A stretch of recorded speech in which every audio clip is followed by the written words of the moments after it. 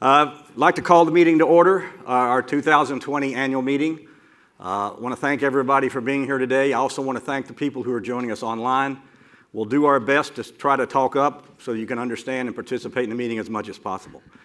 Also, under our governing documents, even though the voting is completed, if anybody wants to vote today, you can get a ballot from Christy at the front and do your voting and turn that in. So anybody wants to do that, please do so, and we'll add that to the register. Before I get into the agenda, a couple of things, people I'd like to recognize. This has been a strange year, to say the least, right? I don't think any of us expected a pandemic to come when it did, but it did. And so there are certain people who've done certain things, and I'd like to recognize. And first of all, I'd like to recognize Leon and his staff for all the work and dedication that they've done in support. As a board, we've thrown a lot of things at them this year.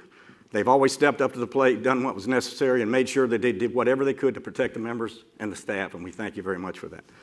Second, I'd like to thank the board for their patience and understanding of everything that they've been involved in. Normally, this time of year, we've had about 12 board meetings. This year, the most recent count is 35 board meetings. I mean, there's a time back in the spring where we're meeting twice a week to try to get everything done. Because we just didn't know how to handle it, and we tried to do with the best we could. So I want to thank you for all your time and effort and everything that you've done. I also want to do a special thanks to Jim Davis and Eloise Mason for stepping in under unfortunate circumstances where we had 2 board openings, and they came in, participated, gave us unwavering support, and helped us along to get to where we wanted to go. So thank you for them. And last but not least, the membership, for your patience and understanding. I know the requirements changed, the policies changed, the rules changed, and I'm sure there was a number of times you didn't agree with what we proposed or required. But you adhered, you complied, and you've made Long Cove what it is today. So we want to thank you for everything that you've done and everything you've been involved in, and we appreciate it. Thanks. Now the agenda. One of the things we did this year on the agenda was we kind of condensed it a little bit. Last year, we got a lot of comments from the members that we kind of drug things out because we got all the committees to come in and report on what they did. This year, we've done it like we do every year. We've done an annual report. There's pamphlets at the front. We've also included that in the newsletter if you'd like to take a look at it. But it kind of gives you a rundown and an annual rundown of what the committees have done and who's participated and everything like that. So we're not going to go through that individually. So on the agenda, my call to order, Bob Navarro will come up next and give us a notice of quorum and also announce who the 3 new board members are. After that, I have some additional acknowledgments that I'd like to go through, and we'll discuss those. After that, we'll do it in remembrance for those members that we've lost throughout the year. After that, Leon is going to do a board employee recognition. And after that, we'll get to the main part of the agenda, which is a financial review and our financial plan for 2021. And as always, we'll do questions and answers at the end. For those people who are streaming this in, if you have questions, there's a couple of opportunities for supply questions. Either you can email them in to Christy or Lindsay, or I guess we've got the access point on there so you can click on that and do a question, and we'll answer those. So with that, I'll turn it over to Bob Navarro. Take my mask. Good morning, Mr. President, members of the board, those members in attendance, and those members that are streaming. There were 569 eligible members in good standing and eligible to vote. That means our quorum was 341 votes. We had a cumulative number of 379 votes. The results and the new members of the board in alphabetical order are Randy Brooks, Fred Delgadio, and Victor Feigenbaum.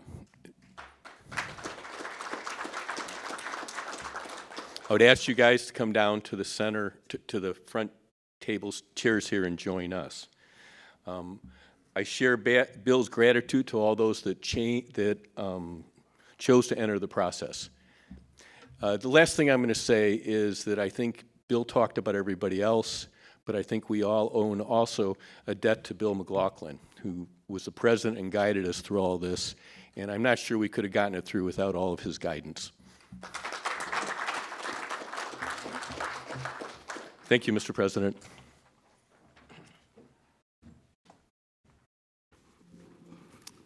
Thank you, Bob. And congratulations to all the 3 new board members. I'm sure you'll have as much fun as I did. Okay, one of the things a lot of the people, I'm sure most of the people in this room know this, but before the board will discuss or make a decision on any issue, it has to come through the committees, or in most cases it comes through the committees. Every once in a while, there's things that like the COVID, we had to make decisions without that. But one of the things we don't do, I don't think we give those recognition to the number of members that participate in those committees. And they're the ones that really make Long Cove what Long Cove is. Believe it or not, we have 19 committees and organizations here at Long Cove. And we have almost 90 members who participate in that, not counting the board members. So this morning, what I'd like to do is I'm going to go through the committees, and I'm not going to spend time identifying each one, but please look at the committees, look at those members, and the next time you see them, thank them for their service and thank them for all the things that they do.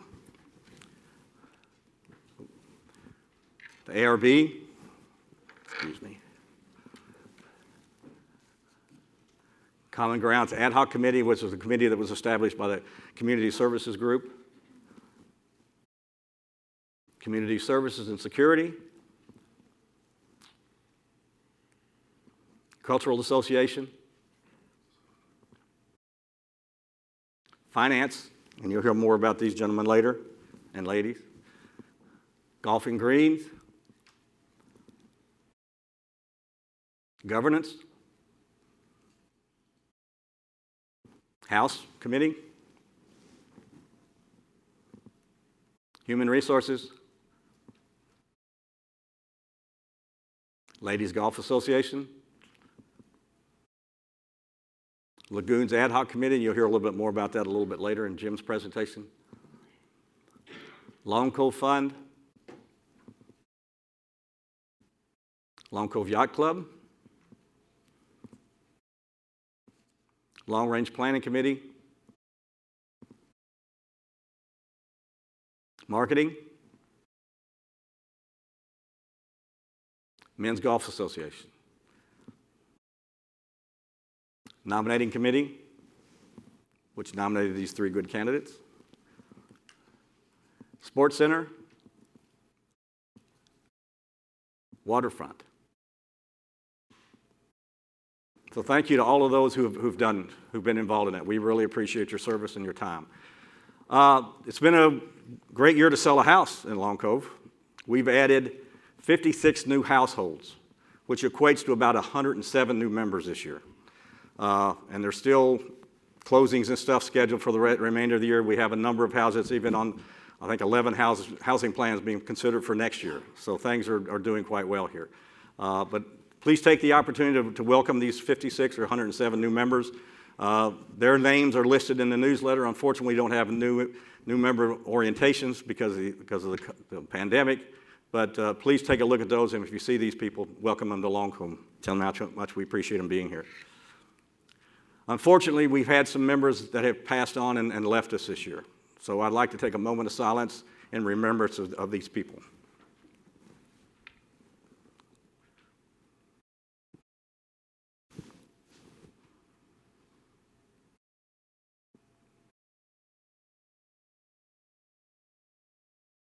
Thank you very much. And with that, I'll turn it over to Leon.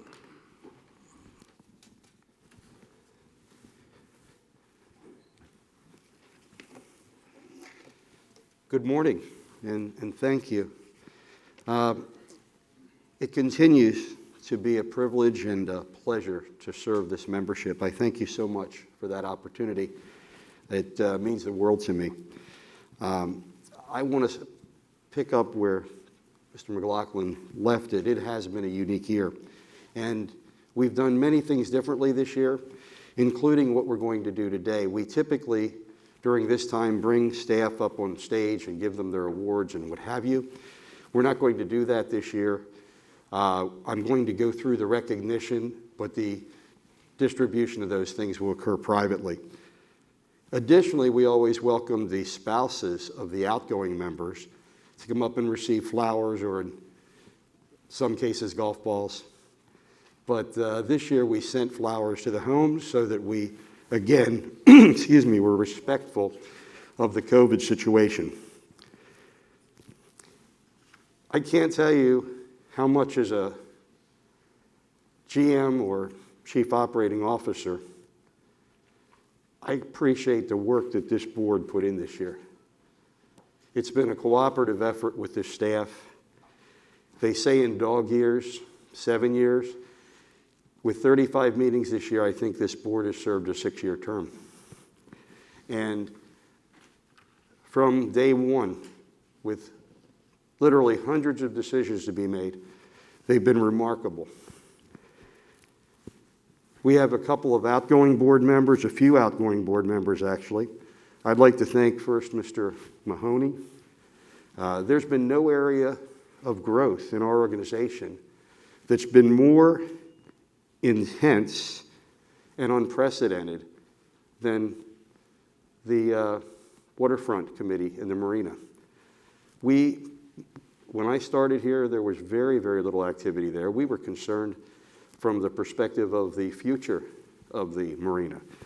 But under his leadership and guidance and wisdom, we've had just a very, very successful transition through a complex set of issues that we still continue to work through.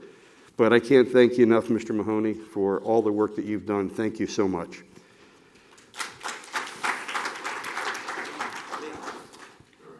Oh, I've gotten into the habit. Can you hear me a little bit better now? I'm sorry about that. Thank you. Dr. Snyder, I can remember walking the grounds of the sports center when the pickleball was just a vision, and how we looked at that area and we worked together and with the committee, of course. And I think the pickleball, the bocce ball, the transition of the sports center has been incredible. And thank you for that leadership. And as we move forward, this COVID has certainly presented a challenge as it relates to long-range planning, but you continue to keep your eye on the prize as far as the strategic plan is concerned. And I think your legacy as we move forward is going to be very, very powerful related to our facilities and programs and activities. Thank you so much.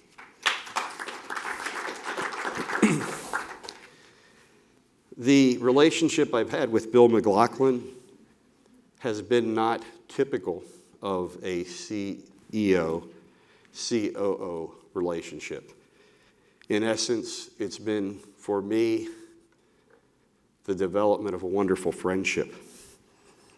When I was sick, I'll never forget the way you had my back. I'll never forget the emotions that you showed toward me. I will remember for the rest of my life everything you did during my time of having to go through those treatments, and means the world to me. To say nothing about the fact that what a great leader he has been. You talk about times producing great leaders. We had one, and I can't thank you enough for your service.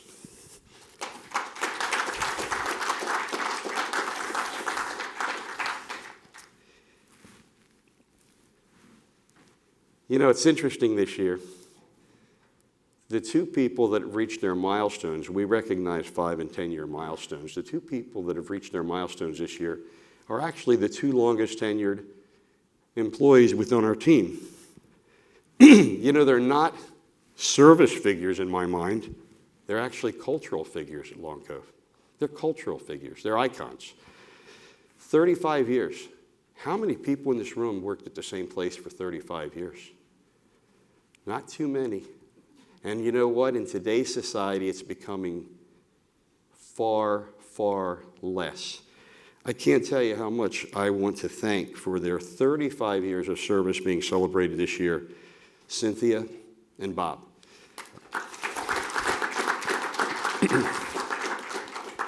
We also have two folks that are celebrating their 5th year of service this year. Over to my left here is a department head that wears an abundance of different hats, whether it be communication, which has advanced so greatly over the last few years, membership and the growth of our membership. She's played an integral part. And, of course, the marketing component and the relationships that have been built in that area. So, Lindsay, you're just incredible and invaluable. Thank you so much. And then finally, Robert Takis. For those of you who go, who's Robert Takis? At the gate. 5 years, and he's, you know what? He is the report writing king of the world. I get more written reports from him than any other security officer. He truly cares and loves his job, and I want to thank Robert for his 5 years of service as well. Since we last met, we have a new Employee of the Year. We celebrate that at the end of the year at our Christmas party for the staff. And this year, our Employee of the Year is Donna Norris. It's kind of unusual. I've worked at many places that have had Employees of the Year, in fact, every place that I've worked. And it's very unique that someone is recognized as an Employee of the Year so early in their tenure. But her impact on our merchandising program was so significant, compounded by the fact that she developed relationships within our staff and our membership that made all of us feel like after 2 years, she had been here for 10 years. So I want to thank Donna Norris for her Employee of the Year award, which was well-deserved. And then we get to the Employee of the Year by having Employees of the Quarter. And they're nominated by the different department heads, and the department heads vote on that. The only time I vote is when there's a tie.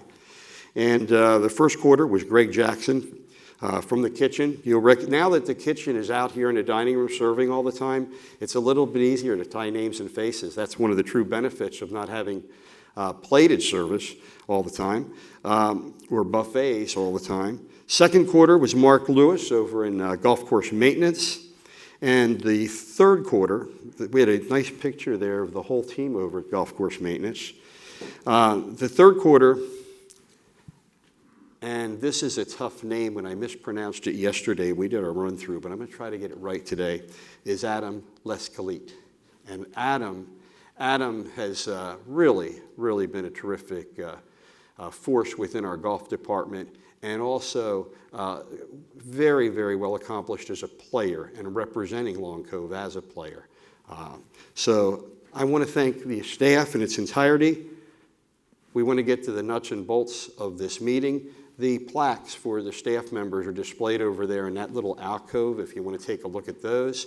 And again, my thanks to the board, my thanks in particular to Bill McLaughlin.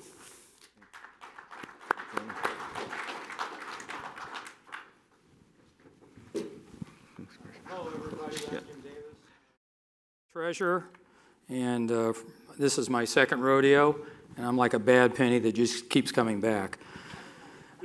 Our objective today in this presentation is to provide to you, we're asking for some additional money from all the membership. So our objective today is to provide a clear picture of where we will spend that money, our rationale as to why we're asking for that money, and to talk to you about the benefits that you will receive. Finally, we're throwing a lot of information at you today, so we want to make sure that we answer any questions you come from this presentation. This is sort of a mini outline of what I'm going to go through. First, I'm going to talk about our COVID financial impact and the Paycheck Protection Program loan and how those two interplay. Then we'll go into the financial review for 2020. And lastly, we'll start talking about our financial plan for 21. First, we'll go through the operating budget, and then we'll spend a lot of time talking about our capital plan, which is really a 5-year plan. This is the Finance Committee members for this year, and I'd like to thank them all for their hard work. We spent a lot of hours this year going through both the operating budget and the capital plan. As Bill said, we have over 56 new property owners, and I think it's always good to refresh for everybody that we have two funds that we use to pay the bills here. We have an operating fund and a capital fund. The operating fund pays the day-to-day operating costs of the association, payroll, utilities, supplies, anything we consume within a year. The capital fund pays for capital asset purchases and major maintenance items, things like golf carts, golf maintenance equipment, road repaving projects, lagoon renovation projects, and facility upgrades. And one point that I need to make is we are not allowed to commingle money between these two funds. So the money that comes into the capital fund has to be for capital fund purposes. We can't use it for operating purposes. So you members, you tend to look at the assessment as one number, but you'll see we continue to try to split the two for that reason. COVID financial impact PPP loan. What is the COVID financial impact? It's basically a loss of revenue. We haven't had any guests in here since March, so we've got fewer guest fees. And the other big place that we see an impact is loss of food and beverage revenue. We've had no member events to speak of. People do not want to come in the clubhouse to some extent. We've had capacity restraints. We were actually shut down on the food and beverage operation. So we end up with lower revenue. So our financial plan had two pieces to it. One was to moderate our expenses to help offset that revenue, and the second was to bring in the PPP loan. Now, the question everybody has is, how long is this going to last? And we really can't answer that, but what we did was we decided to take a look at what happens if we are restricted like we are today through the entire 21 season. So we've taken an estimate of what that looks like. In 20, our COVID impact is $300,000, and I'll talk a little more about that. 21, we're estimating a $500,000 impact. And so the first question everybody asked me is, why is that number so much larger? Well, there's three reasons. One is we're impacted 12 months under this assumption versus 9 months of this year. And part of that 9 months of this year was a summer season where we had very little impact. It was very surprising to me because the summer is a very low revenue period for us. A lot of people traditionally travel, so we don't plan a lot of revenue. And our expense controls actually offset what revenue losses we had. And lastly, I will tell you, this is a very conservative number. So the total impact we're projecting, assuming that we would be under restrictions through the end of the year, is $800,000. The PPP loan we got was $837,000. Part of that PPP program is a forgiveness feature. The government says if you use this money for certain eligible expenses, which we have, we'll forgive the loan. You don't have to repay it. That forgiveness becomes an income item in our accounting statements. So the loan forgiveness, we're very confident we're going to get that because we've complied with the regulations. It will offset any impacts we have through 2021. Let's go on to the 2020 numbers. This is a very high-level income statement. It excludes any potential income that comes from a PPP loan forgiveness. We have two lines here, member assessments. That's the money that you pay for our operation, to fund our operating, that operating fund that I talked about earlier. And our forecast and budget is the same. Net expenses, that's simply the net spending when you add everything together of what it costs to run the association. So our forecast says it's going to cost us $6,578,000 this year. Our plan was $6,278,000. We have a $300,000 variance. So this is what when I talk about it, this is our COVID impact. We have less expenses, and actually, or less revenue, I should say. We actually had $600,000 of less revenue. We dropped our expenses about $300,000. The net effect is $300,000. So we will have a deficit excluding any PPP forgiveness of that amount. Let's go on to 2021. First, we ought to talk about board priorities. First priority is COVID safety. Our first mission is to keep the membership and our staff safe. Maintenance of assets. I'm going to talk a lot about this through the rest of my presentation, both in our operating plan and in our capital plan. Strategic plan initiatives. In 2018, we started working on a strategic plan. We've developed a lot of initiatives which could end up with some new amenities. We need to bring this whole area to a conclusion, and that's our goal for this year. Governance revisions. In 2019, we set up a governance committee to review our governance documents. They've come up with a series of recommendations, And again, we are going to try and bring that to a conclusion. We will bring that to a conclusion this year. So here's probably the most important slide for everybody. What are we asking for? On the operating assessment, we're looking at a $760 per member increase, which is almost 7%. And on the capital assessment, we're looking at a $325 increase, which is 16%. Understand that 16% is sort of a false number. We haven't raised this in over 4 years, so that number is going to be a lot higher percentage-wise. But total per member, we're asking for an increase of $1,085.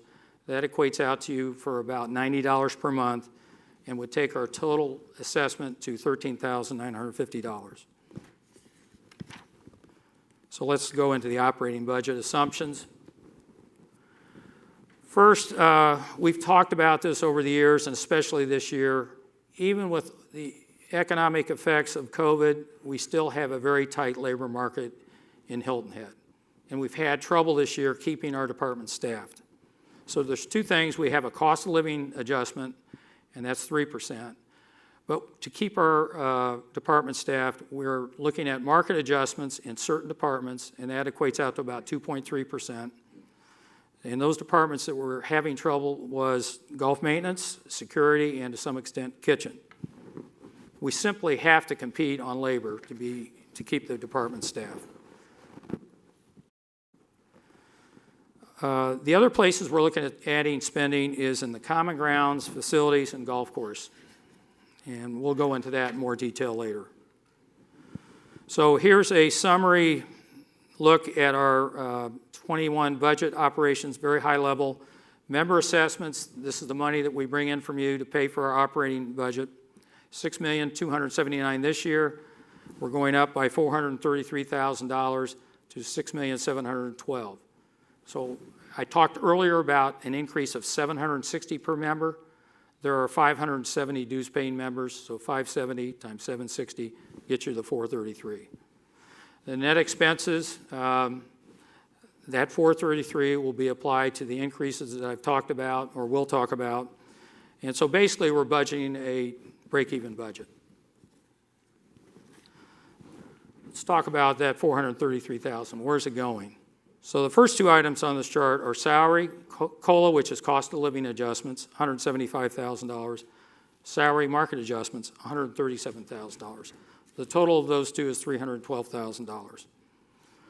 The next biggest item is the increases in common grounds, facilities, and golf course, and that's $272,000. We have some inflation in non-payroll items like insurance, that's $57,000. And in addition to increases, though, we have gone back through our budget and looked in the non-payroll area, and we identified $109,000 of costs that we could take out of our budget. We're looking at a couple fee increases. One is our guest fee for golf rounds. We haven't changed that in 12 years. There'll be a slight change there. And then we're looking at increasing our gate fees. So this is the $433,000 that we're looking at for this year's budget. Increased spending on the common grounds, as I indicated, there's 3 areas. This shows you where the dollars are going in each of those areas. 73 for the common grounds, 102 for facilities, 97 for the golf course. So that's your breakdown of the 272, and Leon is now going to go through where that money is going to be used.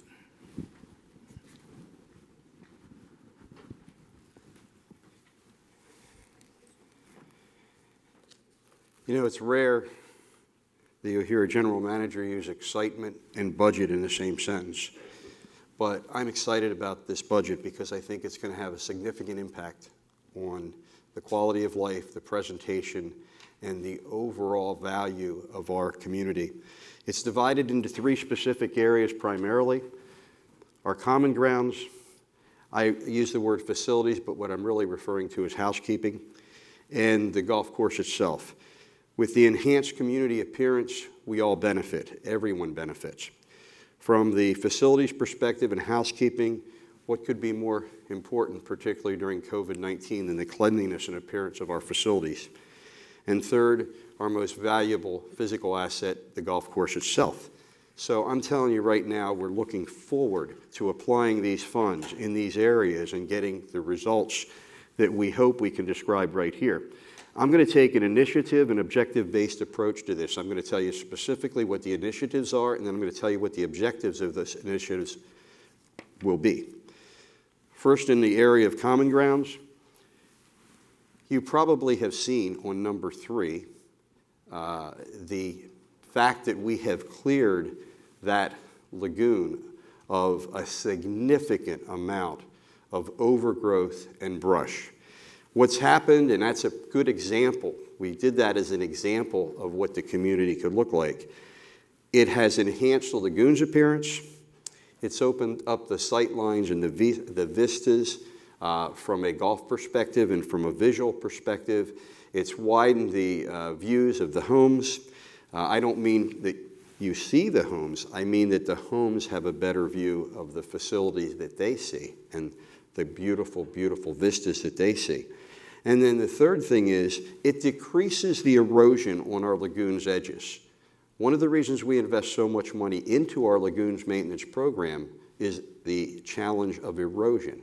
So when we get the plants cleared away from the edges, it keeps us from experiencing as much erosion from those plants. I'm going to show you a picture here which will give you an example of that. This is on 3 what it looked like, And we have this appearance all over our community from years and years and years of not spending the money to clear the lagoon banks. When we completed that work, it looks like this. Everything is cut back, trimmed back, and you have a very, very visible edge and a completely enhanced appearance. The next area is increased tree trimming and vine control in our communities along the roads. The standard for emergency vehicles is 13 feet of clearance. We were overgrown tremendously here on Long Cove Drive, and we need to cut that back. We need to give it a uniform appearance using 13 feet as the standard, and we need to clear vines. The storms from the last few years, the last 5 years, have opened up our canopy, and because of the increased sunlight, it's created a couple management control issues. Harold's back there in the back of the room sitting next to Ashley, and he's inherited a tremendous challenge due to the increased canopy. And so we need to remove the vines so that we can protect our healthy trees. Because if we don't get the vines off of our healthy trees, the trees will die. And our community, in order to protect that beauty and that asset, we need to be very, very aggressive on our tree and vine management. So basically, it's going to look better from the roads, we're going to protect our trees, and we're going to manage our canopy so that we can balance both this increased sunlight with our weed control and our vine control. The third area is cul-de-sac management. This community is, you've heard me speak to Mr. Ames' vision and how incredible it is, but we still, even with that tremendous vision, have a few challenges, and one of them is where we have these cul-de-sacs and turn points, it's very, very, very tight.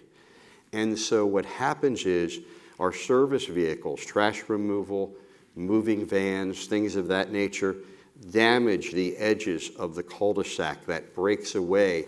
The pavers are damaged and they're constantly in a state of repair.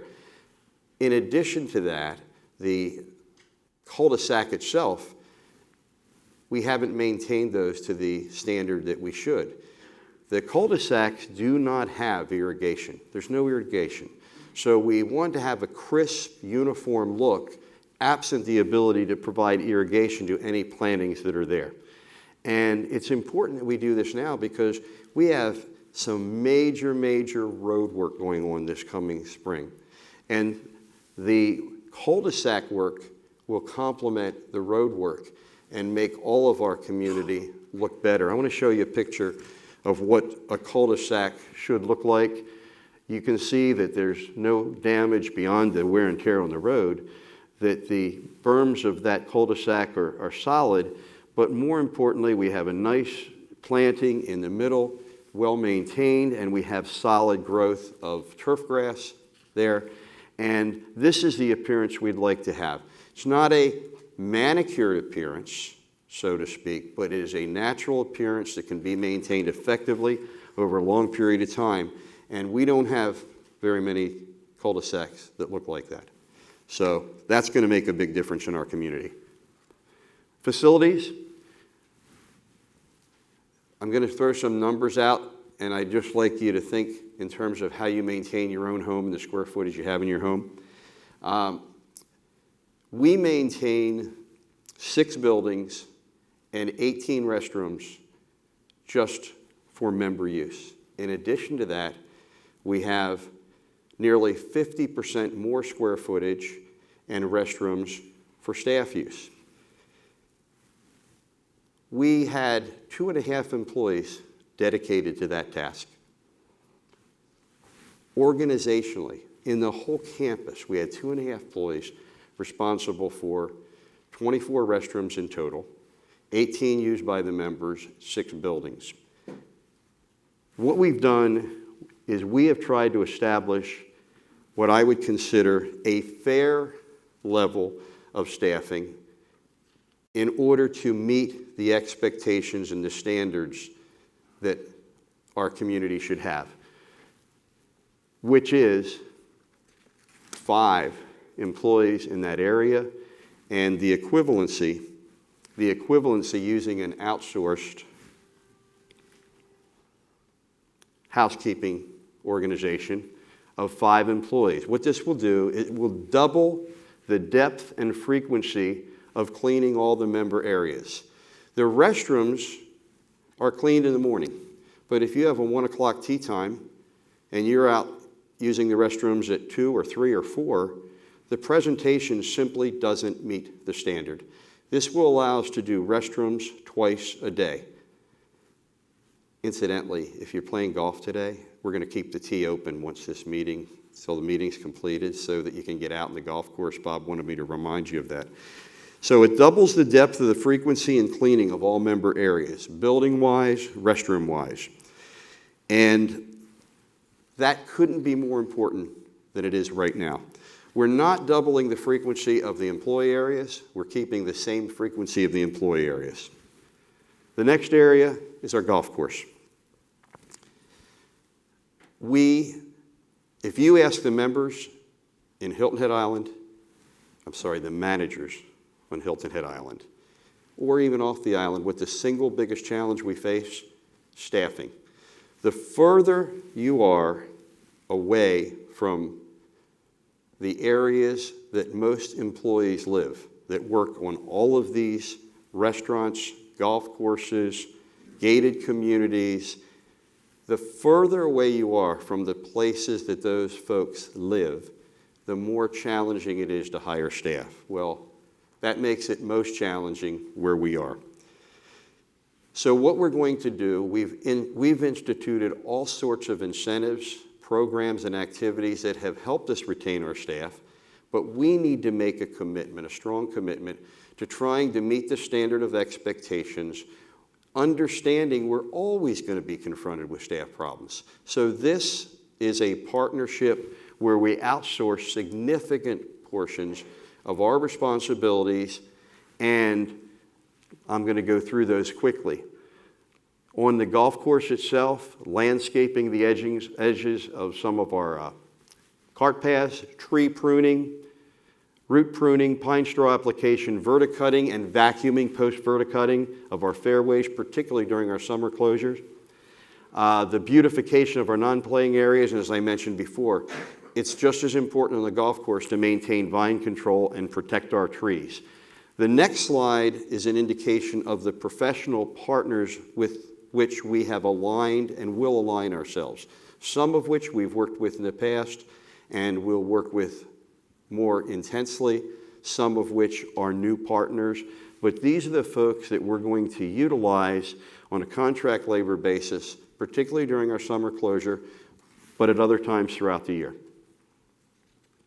What that's going to allow us to do is hopefully hopefully utilize our staff in an assignment that's dedicated toward greater attention to detail on our golf course in a wide range of areas. We want to be able to use our skill level people versus our outsourced people to do specific tasks versus working on the tasks that we're contracting to have done. This will allow us to increase the frequency of the mowing on our tees, on our fairways, and on our approaches. It will allow us to maintain the interior and the exterior of our bunkers at a higher level. It will increase our seasonal green speeds. We live in a climate and we go through overseed and we go through a number of practices agronomically that change the conditions of our greens during the course of the year. None more dramatic than the weather itself.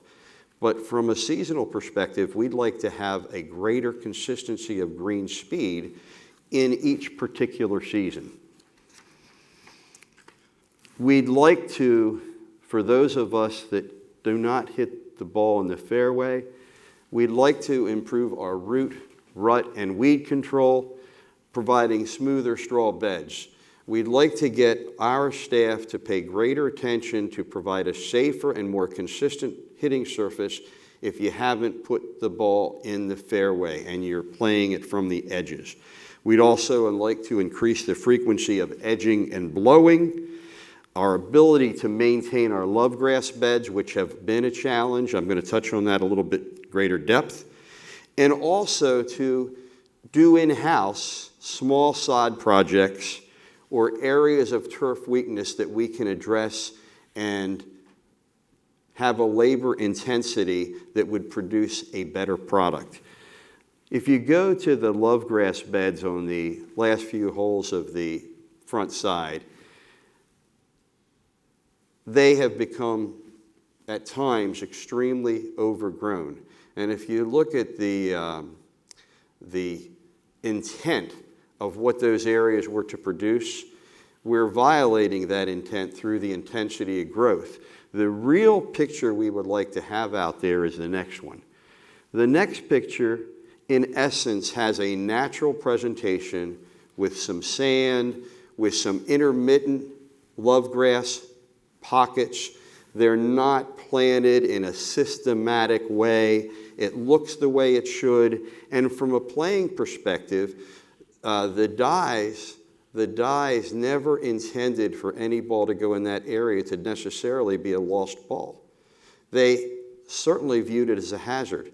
Pete Dye he'll tell you about hazards. He would have told you about hazards, and he made it very, very clear that this area was supposed to be a penalty, but not a lost ball. It was supposed to be about a 50% chance of finding your ball and about a reasonable chance to advance your ball. The equivalency of a half-shot penalty during the average round of play if you hit it into that area. So we're going to use our staff to try to get the presentation we want in those areas. So in summary, accountability level higher in all areas, financial commitment on the part of the members necessary in order to pay for these improvements, but most importantly, an opportunity to manage to our mission statement and to produce the product and the services and the facilities that are outlined clearly in our mission statement. And we're excited about that opportunity from an organization. I've got leaders sitting in the back and leaders sitting to my left, and we're excited about that opportunity, and I thank you for that.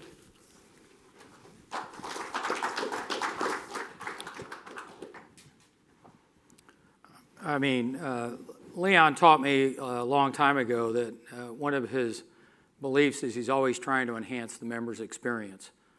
And what we just talked about on the golf course is to enhance the golfing experience for the members. So with that, let's go on to the, get my slides, sorry. We got to go to the capital plan for 2020 to 2024. So for those of you who do not know, we actually have a planning system for capital that extends out 20 years. We lay out every asset we have and look out for 20 years as to when they need to be replaced or do major maintenance on. We are going to talk, though, about a 5-year period, not 20, because 5 years we have a much better visibility of what's going to happen. And the 5-year period is through 2020 through 2024. Background, last year, a proposed increase to the annual capital assessment was made to the membership, and it was rejected.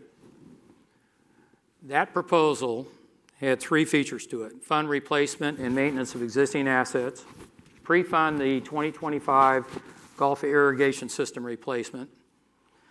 There was no money for new amenities, but that wasn't clear to the membership. There was a lot of confusion among the members. We had people thought we were funding a health club and all sorts of things. So after that rejection, the Finance Committee began a reevaluation of our approach.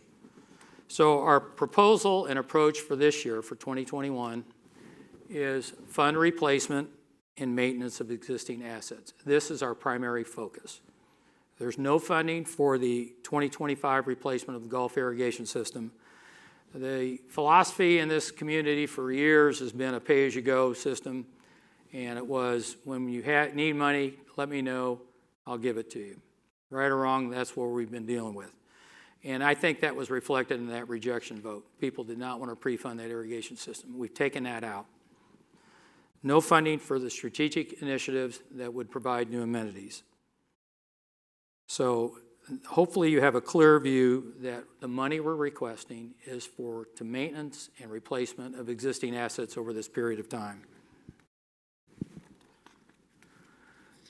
This chart shows you the money that would come into the capital fund for this 5-year period based on the existing assessment levels and initiation fee charges.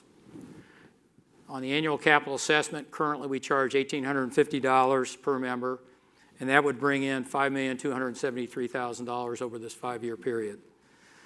Initiation fees, for talking purposes, I'm going to use $20,000. In 2020, we're going to have roughly 47 transactions. That will bring in $934,000. That 47 transaction is the second highest level we've had in almost 12 years. For the next 4 years, 21 through 24, our assumption is 25 transactions. That's a very key assumption. I'm going to talk a little more about it.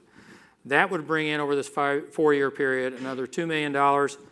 So the total that we have coming in using our existing assessment levels and initiation fees is $8.2 million. Talk a little more about the initiation fees. This chart shows you, the bars here show you the actual initiation fee, the number of transactions that occurred each year back to 2002.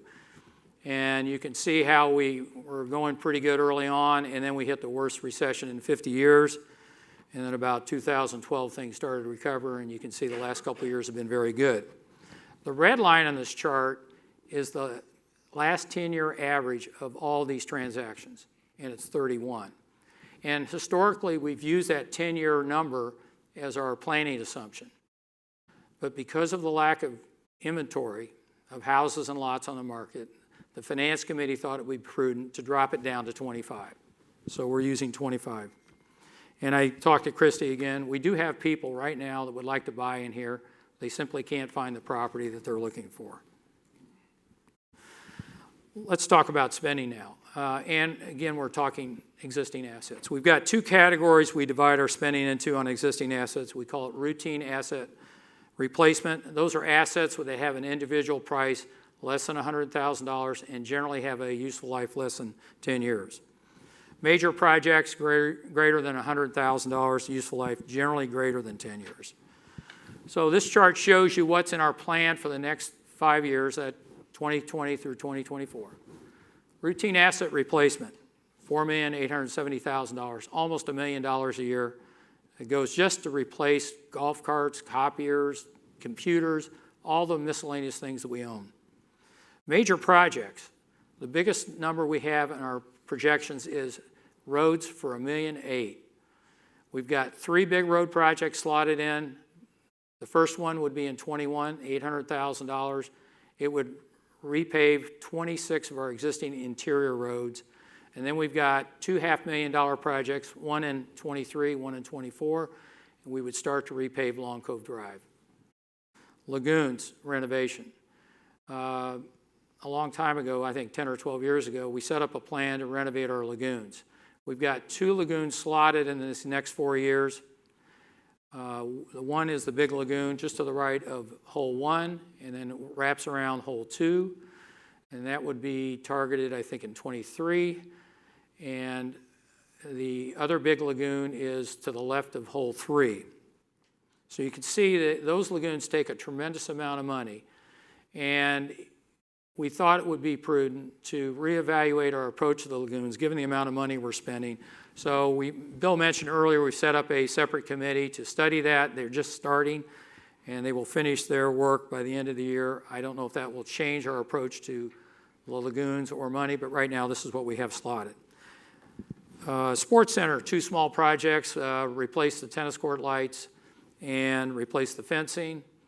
And the golf maintenance building, we've targeted a refurbishment of $186,000. So if you look at this 5-year period, we're really looking at roads and lagoons. No other big projects. In other, I want to mention one thing. There's a word called studies. We're going to talk about strategic initiatives. We do have about $89,000 targeted in this 5-year period to do studies that we need to do to vet the strategic initiatives and to be able to talk intelligently and allow you to make an intelligent decision about whether you want to go forward with them. Debt service, $500,000. We paid off the clubhouse loan, and all we have left is about $300,000 on the golf course renovation. This is the lowest debt level we've had in probably 10 years. So here's the summary. We're bringing in, cash-wise, on our current money, $8.2 million. Our spending plan is 9.4, or $1.2 million short. Now, our capital planning system identified this issue as far back as 2016. And we told the membership that this was coming. And we told the membership that we would have to address it in 2020. We're here now in 2021 to address it again. Conclusion, current revenue streams do not provide sufficient funds for proposed spending. So what are our options? We can defer maintenance and spending on existing assets, or we can increase revenue. We have 2 sources to do that, initiation fees and our annual capital assessment. The Finance Committee and the Board has concluded that deferral is not in accordance with our mission statement and will make the ultimate cost more expensive. We don't think that's the right path to go down. So let's talk about additional revenue sources. Initiation fees, they complement our member capital assessments. The current amount was set in 2008, has not been changed since then. The inflation and indexed fee would be $23,500. And we are now at the lower end of comparable local clubs. So this chart shows you Long Cove currently versus some other clubs that we tend to compare ourselves to. We're at $20,000.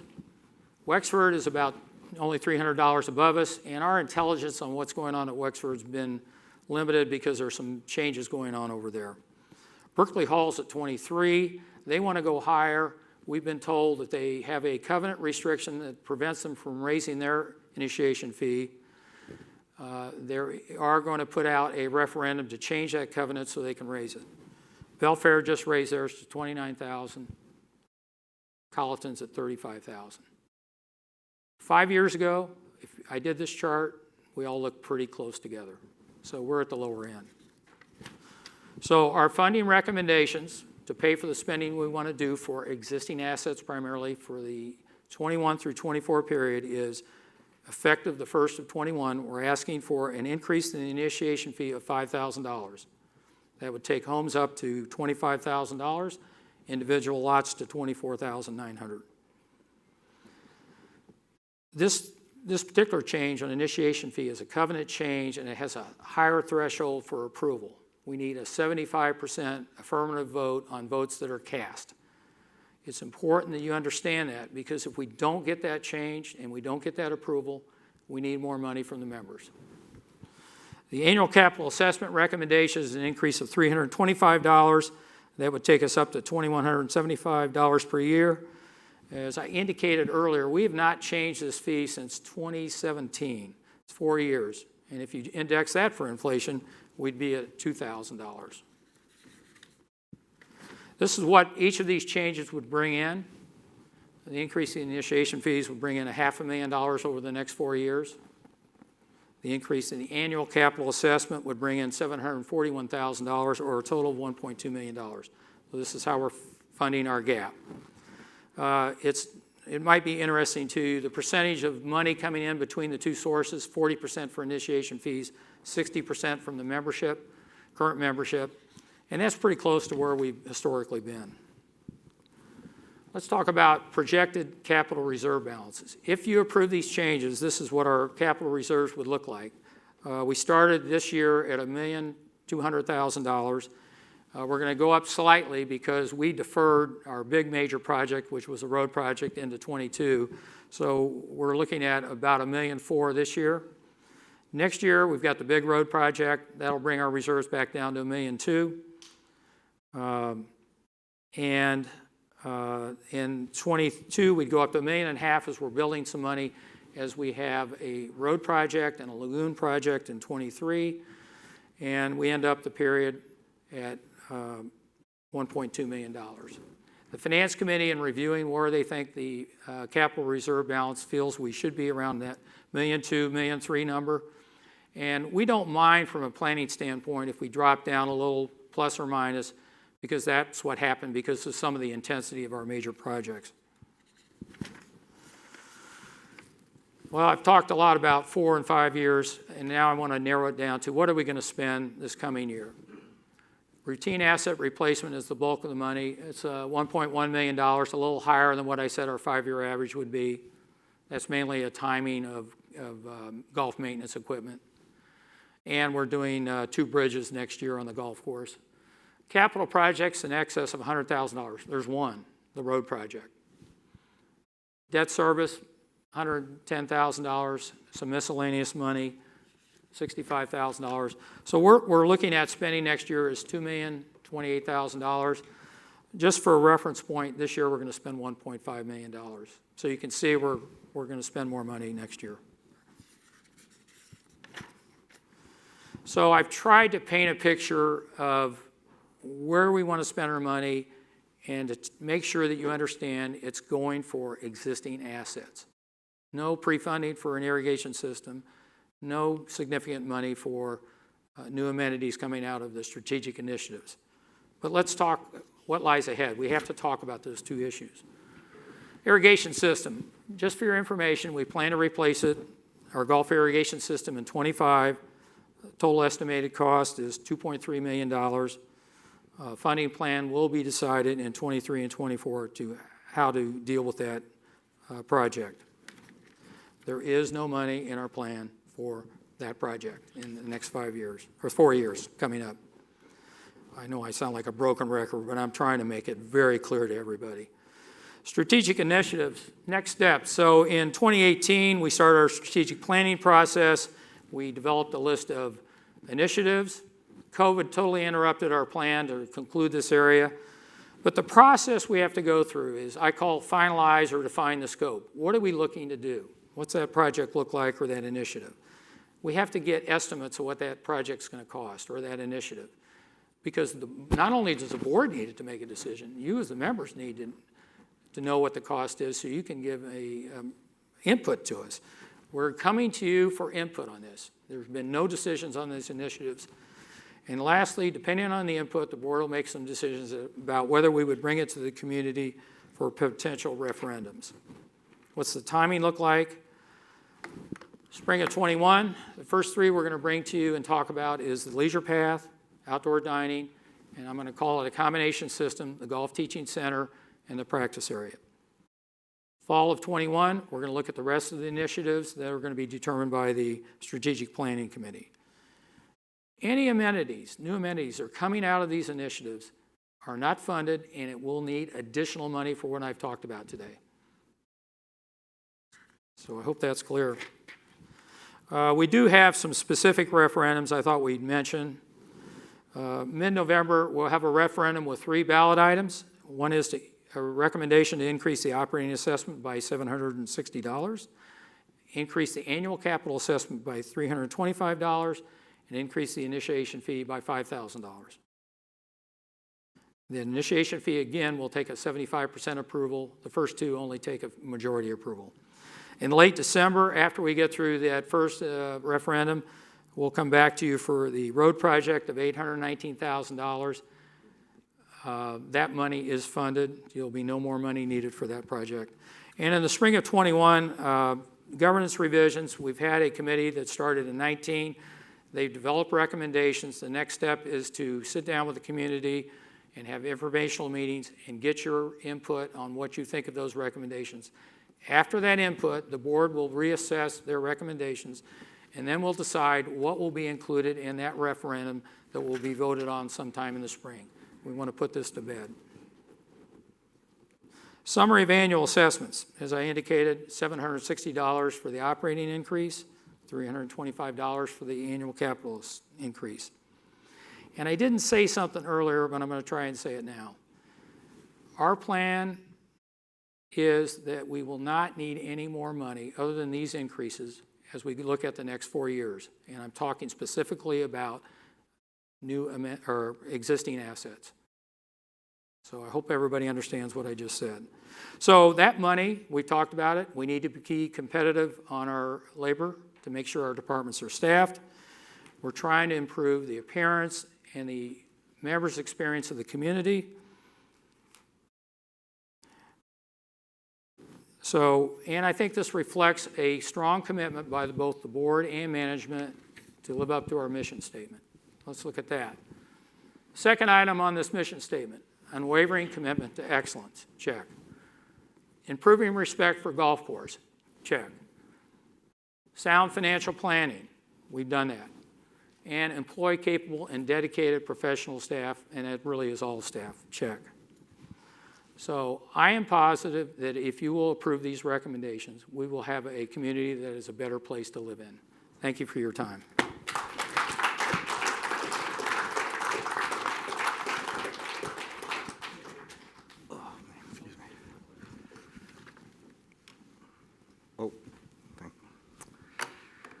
Thank you, Jim. Thank you, Leon. Appreciate that presentation, and I hope everybody pretty well understands what we're proposing. It's time to go into the Q&A. We have, just one second, we have some questions that have been emailed to us over the last couple of days, but a lot of them really don't apply to the presentation that was made today. So we'd like to get the questions on the presentation first, and then we'll go back to other questions as we go. So, but yes. Could you come, we have a microphone. If you could go to the microphone and give your name and then ask the question. Well, we have the streaming and we want people to recognize. Charles Pacini. Just have a question. Do we have a plan B for financing if we cannot get the 75% approval for the initiation fees? Well, I don't know if my mic's on. Plan B is we're back to the same options. We either defer spending or we go back to the membership for a increase in the annual capital assessments. Those are our two options. And I would tell you that the second option of asking for more money is where we'll probably go. Thanks, Jim. Any other questions? Any questions on anything? Okay, well, we had any other questions? I'm not trying to rush you. We have some questions that were emailed to us, and what I'm going to do is read them, and then Jim, Leon, or I will respond. The first one comes from Nancy Dunnick, and she wants to know who is accountable for Long Cove projects which go to bid to oversee specifications, implementation, and final cost versus budget. Who is accountable and how do they measure the quality and warranty of the final outcome of the projects? And for in-house Long Cove projects, who is accountable to oversee the quality of the work and the guarantee that all work being done is compliant with all local, city, state building codes and that all required license permits are required? And I think Jim's volunteered to answer this. Well, I think as far as project accountability, the general manager is ultimately responsible for project execution. And depending on the project scope, we do go outside. If the project's large and complex, we will use outside experts to provide engineering, design, project management skills to complement our existing staff. For in-house project, Harold Sauls manages permitting and projects execution. Harold's staff has plumbing, electrical, and civil capabilities. Okay. Gary McKnight. The Gary McKnight, that's what I'm getting ready to do. Gary McKnight asks, I believe the operating budget will be increasing initiation fees on property purchase from $20,000 to $25,000. Will existing property owners, if they upgrade or downsize properties, be subject to this increase upon the sale of their existing property? I believe the current bylaws state that the initial $20,000 fee would be returned upon becoming a single property owner. Hypothetically, if an existing property owner incurs the revised $25,000 fee on a new purchase, they would, unless existing bylaws are amended, receive only $20,000 upon sale of their existing property. They would effectively be assessed an additional $5,000 fee simply by trading properties within the Long Cove. Jim? Well, I thought this was a very interesting question, and the answer is our intent is that if someone now existingly owns a property and they trade out, they're not going to pay an additional $5,000. So I hope that puts that to bed, and we may put some specific language in our referendum that will cover that. Exactly. And that'll be covered in the informational sessions on the governor's proposed changes. So, Nancy Dunnick asks, at the meet and greet, all candidates felt the virtual audio communication would be an effective way to communicate with members. What is management doing to improve member communication in 2021? Specifically, virtual Board of Directors meetings with audio and video posted on Long Cove website, website accuracy and updating, calendar events, members using app for dining reservations, photos, Hall of Fame updating, more news in quarterly newsletters and less advertising. I hope you've noticed that throughout the year we've started to see staff members provide some videos to membership for communication. And most recently I put up a third quarter report through a video, and I got a lot of nice compliments on that. So from a board standpoint, we're starting to go that direction, and we'll be doing more of that. We have no plans to video our board meetings. It will be expensive, and we have other avenues to communicate to the membership what happens in those meetings. We publish the minutes. The president usually puts out a letter very quickly of what the highlights are, and we may go to videos on that instead of a letter. So we always can improve our communication. We know that, and we will continue to strive to do that. Exactly. You can never communicate too much, and then the board will continue doing that. Even this board will probably continue doing that. We have two comments on vandalism. One from Betty Connolly says, given the recent vandalism issues, what action has management taken to proactively prevent future vandalism? And Diane William also asks, in the past few months, I have talked with friends whose Long Cove's homes have been vandalized. In addition, near our home, mail was taken from the mailboxes and scattered and torn. There also appears to be more litter. How carefully do we screen the people who rent in Long Cove? Are they required to sign anything that requires them to know our rules? Is there a limit on the number of people who can occupy a house?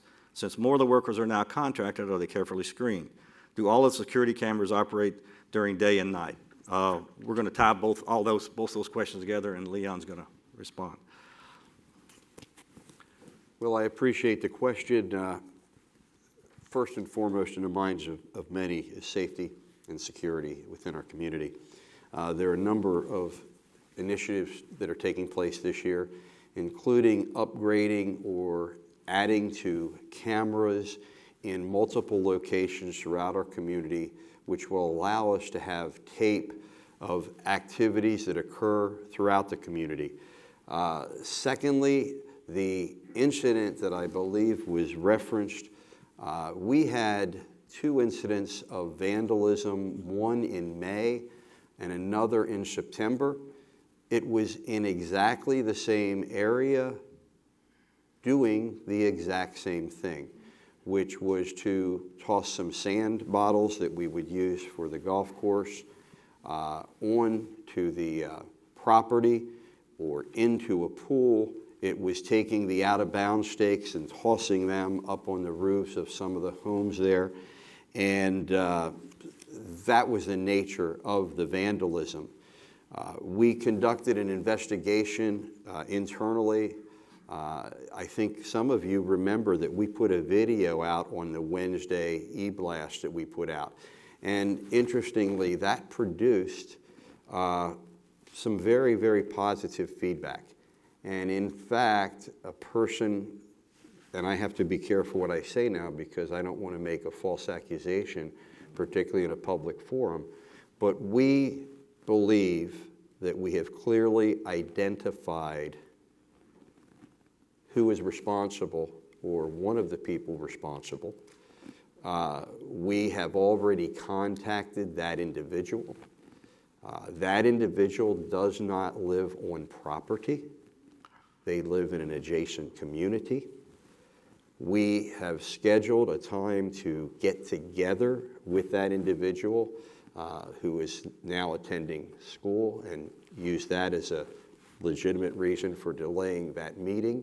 We have not yet involved the sheriff's office, but Chief and I will attend that meeting with that individual. That person is an adult of age. And so we're on that. We're doing the best that we can. I have to be very, very careful because unless you have proof of something, you know, you just have to be careful. But I will say this, and that is, it was not, in the opinion of our security and myself, the act of a resident or children within our community. And we also feel that we have our arms around the problem, and we hope that we will not encounter this moving forward. We'll do our best to, again, maintain the safety and security of our community. As it relates to the question on renters, we have a requirement that when a property is rented, there's a minimum period of time that a property has to be rented for, and a rental agreement must be on file with our security office. As it relates to how many people can be in a particular dwelling, there's no rule other than the rental agreement between the homeowner and the occupier of the property. But we did have a situation in early 2020 where there was such an agreement, and there was a limitation to how many people could be in a property. And it was reported to us that the property had more people than was permitted by the agreement. The agreement had been filed appropriately. I notified the owner, and the renters were removed from that property. Some of the vigilance associated with taking care of our community is the residents themselves, and any time that you can provide us with information, it would help us protect you. That's of great benefit to us. Thank you, Leon. The next question, Patty Smith asks, why has the Board of Directors in recent years treated members with differing points of view with disrespect instead of a quest for knowledge that might bring the community together? Well, I can't answer what previous boards did, but I can tell you that this board is always looking for people with that has different opinions. We've recognized a long time ago with the 570 members who've had successful careers, there's a lot of people with a lot of good information and a lot of good ideas. And we've always been open to those. Now, I can tell you some of the times, some of those differing opinions come with personal attacks on some of the board members. We may approach those a little bit different than we do when somebody just comes to us with a good idea. But we have no intentions of disrespecting members because they have differing ideas, and we welcome all those differing ideas for whatever the cause is and whatever the issue is. So, we had another question that just came in on initiation fees from Tom Freistock. Doesn't it make sense to charge one initiation fee for a property purchase with or without a home? I think he's talking about the 24, we charge $100 less for a lot than we do for a home. Shouldn't it just be one number? You got me stumped on this one, I got to admit. I was going to ask somebody, somebody asked me, why do we have that $100 difference? Honestly, I don't know. And we'll take a look at it. We'll take a look at that. I just don't know. I finally got stumped. Okay. The next question, Mary Harder asks, what criteria and process is the board using to select members of the association's committees, and please be specific? it's a two-part question, but I'll do the first. And Jim, I think you were going to answer both of these. So, Okay, on the committee process and how we select committee people, it's important to know that the committee chair is responsible for assembling their committee. The board, though, approves those members. And that process is going to start very quickly for next year's committees. And I think in the next day or two, you're going to hear from a communication of who the committee chairs are for the coming year. So if you are interested in being on a committee, I would suggest that you contact that committee's chair and express your interest. I've already had a lot of people come to me to get on the finance committee. So what's the criteria that we use? I think the first thing is they've got to have a willingness and a dedication to serve. And luckily, we have lots of people that want to do that. Each committee has different needs, and so I'm going to try and give a general thing. I think one is you try to get a cross-section of different elements within the community. Part of the committee's purpose is to provide information that feeds up to the board on what the membership is thinking. And in some cases, expertise in that area of the committee is important. For example, in the finance committee, I'm looking for people who have a financial background of some sort, or maybe had responsibility for running a company and they understand numbers. And finally, we're looking for people that can be future leaders of the community. And lastly, everybody needs to understand we have so many volunteers here. It's a great place for that, but simply there are more volunteers than there are positions on committees. And so we can't always accommodate everybody who wants to serve on a committee. You want me to go to the second question? yeah. Do You want to read that again? They probably forgot what it was. Well, why was there an additional $120,000 spent to correct buffer and drainage issues after the golf course restoration project? Shouldn't the contractor be held accountable? Well, first, the $120,000 is the correct number in terms of what we advertise, but it looks like we're only going to spend $55,000 to correct those issues. Simply, when we went into that project, we didn't have drawings of where the drainage was. And I don't know how many miles of drainage we had out there. So the contractor had a hidden condition. He didn't know where all the drainage hookups were. We didn't know where they were. We couldn't expect him to put that in his price. If he did, he'd charge an outrageous amount. So the drainage issues that arose are because we had areas of connection that we just didn't know got cut. And so we had to go back in and replace that. This is not an item you go back to the contractor on. And keep in mind, when we closed this project up, we were $80,000 favorable to budget. We spent less than what we had budgeted. And so now we've spent 55 of that 80 to correct this issue. Okay. Thank you, Jim. The last question I have comes from Larry Florenza, if I said that right. It's pretty long, so I'll go get through it. Why are we restricting use of our casual areas, Gym Free Bar and Fire Pit? Wexford has recently completed a state-of-the-art pool area. They have outdoor TVs and food and beverage service to encourage residents and their guests to enjoy outdoor casual dining while watching sporting events or just dining. Why the ridiculous rule if we have non-family house guests and we are not permitted to take them to the club for dinner, losing revenue on this? An example. Our daughter and son-in-law have a second home in Wexford. Our junior and college grandson had a friend staying with them for a month, taking classes online. We could not bring them here for meals. Had we been able to do so, there would have been 6 covers for several times. If there is a buyer ready to put a house on the contract, deciding between Long Cove and another gated community, dining experience is important to the buyer. If they request the possibility of having lunch or dinner, do we say no because they are not residents or family members of a resident and hope they understand the policy? And the last part is, when will yoga classes be permitted to resume indoors? Is getting too cold to be practicing yoga outdoors? The simple answer to this is the questions that come up to the board at every meeting. What do we do about the guest policy? Do we start allowing guests? Do we let them use our amenities? Do we let them into the clubhouse? It's not an easy question. I mean, we have as many people who think we're too stringent as we do that we're not stringent enough. I mean, we have 570 members. We've grown substantially all of a sudden. We have 570 members who we're trying to protect. I mean, we have some elderly, we have young people. It's a wide variety of it, but it's a decision that has to be made every day.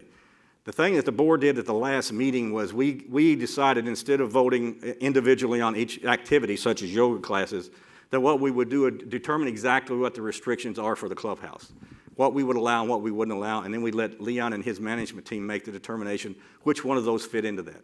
So the answer to when we're going to allow yoga, that's going to be dependent on them and exactly what the timing is and what the restrictions that the boards have put in place and the members have agreed to. So I think I answered all of his questions. So maybe not what he wanted to hear, but I've answered all his questions. Any other questions?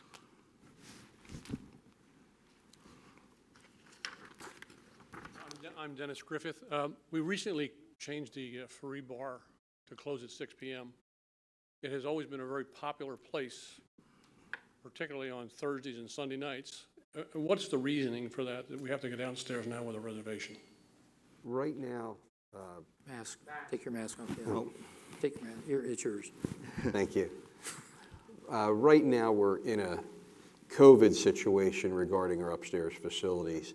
If you've come over here to dine during this COVID period, you'll notice that we're providing service on the patio because we're encouraging everyone to have cocktails on the patio. There's more space out there. You're outside. We can utilize the facilities out there versus the confined space upstairs.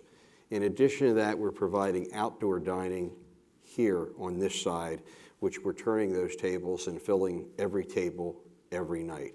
We're also providing seating inside in multiple rooms. So part of it is the fact that we have expanded service downstairs to include much, much more significant amount of space. And the other thing is, at the same time we're providing service to all this space, we're experiencing takeout orders, sometimes 30, 40 a night.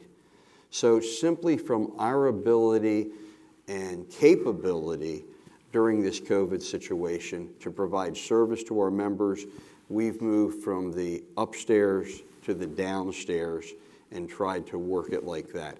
We have every intention and hope of restoring service to the Mr. Faree room upstairs, and we hope to do that once some of the restrictions that we currently have are lifted.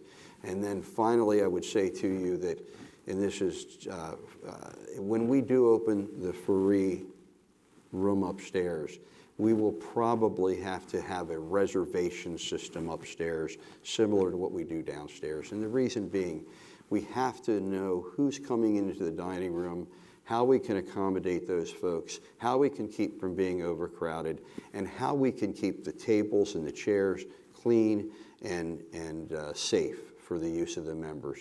So, Mr. Griffith, it's a little challenging now, but I think we're going to work our way through this, hopefully, as time passes. Thank you, Leon. Any other questions? Well, just one other slide. I want to remind you that for those of you who, after you get home and start thinking about the financial plan that's been presented today, if you have other questions or you didn't pick up on something, Jim's going to be having these informational sessions over the next week, a little over a week. So plan on attending those. If people who are streaming, they'll be here. They'll be in here. Yeah. For those people who are streaming, if you have questions, this is a good opportunity to come in and ask questions or get involved in the informational session. So if there's no more questions, we'll adjourn for the day. Thank you very much.